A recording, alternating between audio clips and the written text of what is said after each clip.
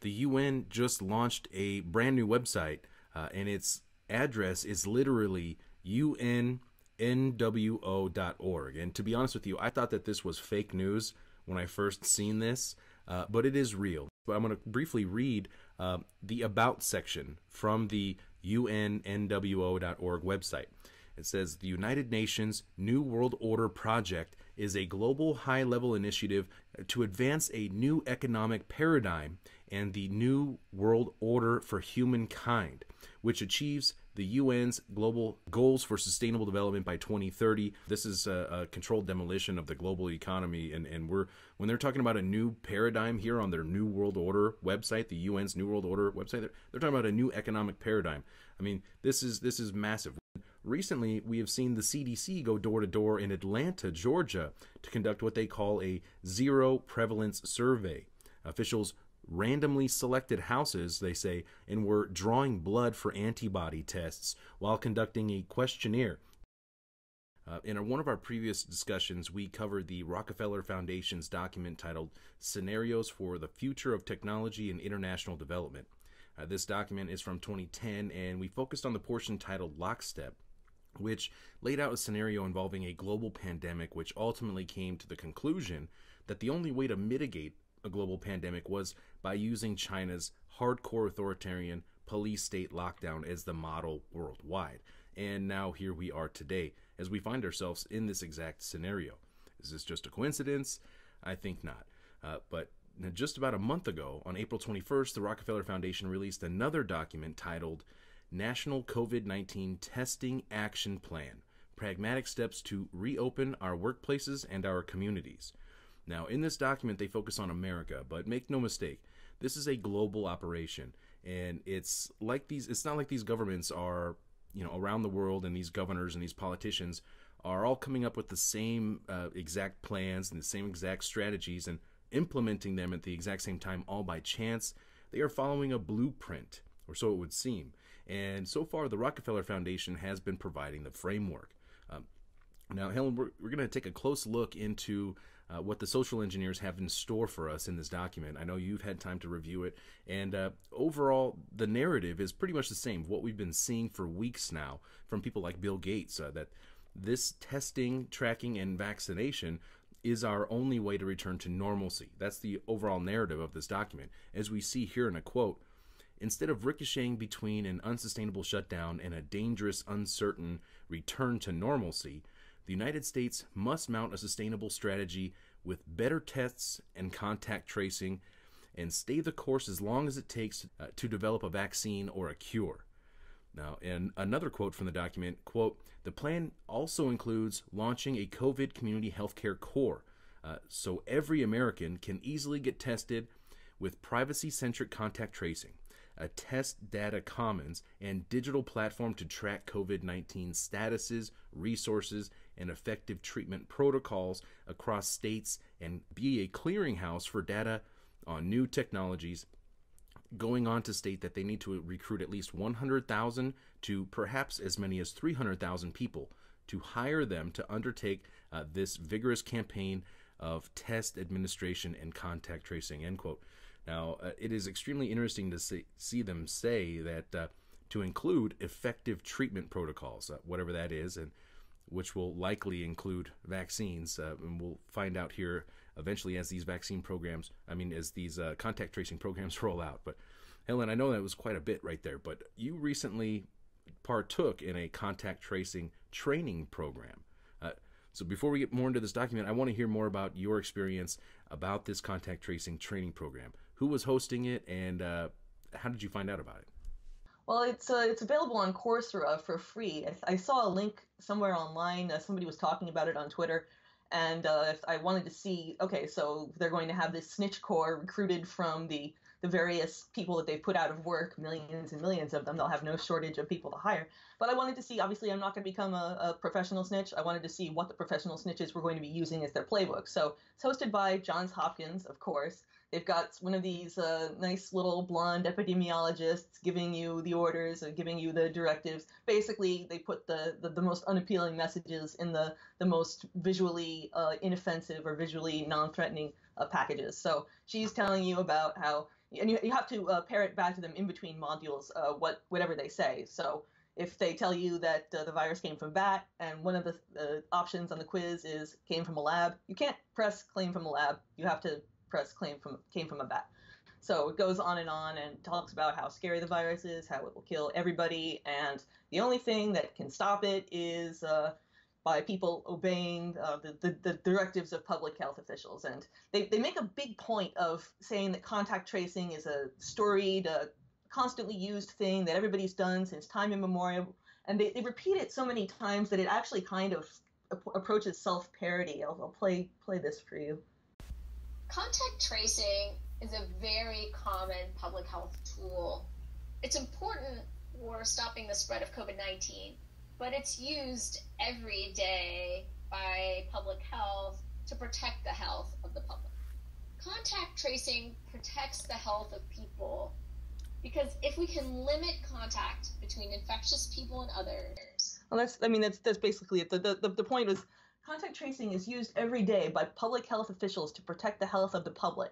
Okay, so that's a tautology right there. I mean, and it goes kind of on like that, but that was like the most egregious little cluster of it. But anyway, so they talk about that and how contact tracing it's a magic bullet that has been used to stop tuberculosis, to stop AIDS, to stop Ebola.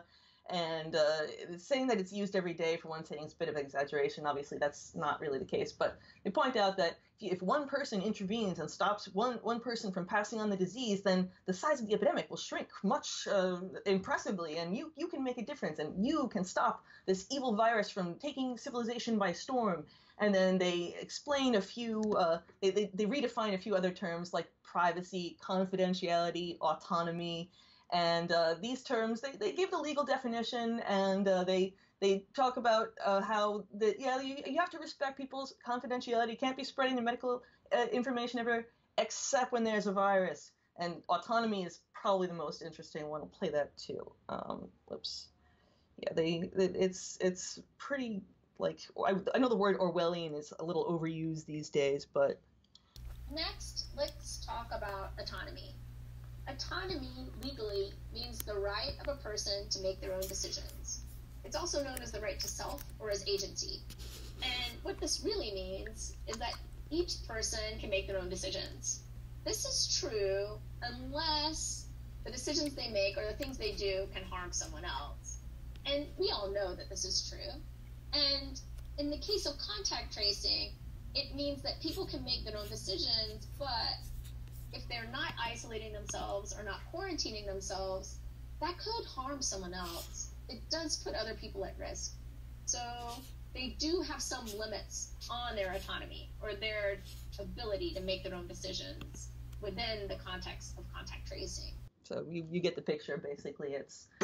It's like that cartoon that's been going around where they've got the founding fathers all standing around signing the Declaration of Independence and the Constitution, and one of them says, well, none of this applies if there's a virus, right? And so, yeah, it's kind of warped. And you basically there's one of the biggest kind of ominous is that they teach you how to get trust from the people that you're talking to and how to make them trust you, how to make it seem like you care. And it's like, do you really have to? Are they recruiting such sociopaths that you have to like have a whole like 20-minute module on how to not sound like a sociopath when you're calling up strangers on the phone? I guess another part that I found threatening was that despite the fact that people are talking about this human contact tracing thing as if it's a replacement for the Google Apple program, that the contact tracing thing that's going to be in your phones, a big section of it is talking about interacting with the technology. So it seems to me that they are going to be using human contact tracers in addition to the technology or in some sort of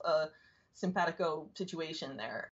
Are they training the people in this course to be calling people up, or what was, like, because you were saying it looks like the contact tracing program, of course, is going to involve humans on the ground, going door to door, but also there's a large technological aspect to it where they are, tracking phones. We've seen where there are Google and Android updates right now where they're installing, just putting on your phone contact tracing software. They say you can turn it off.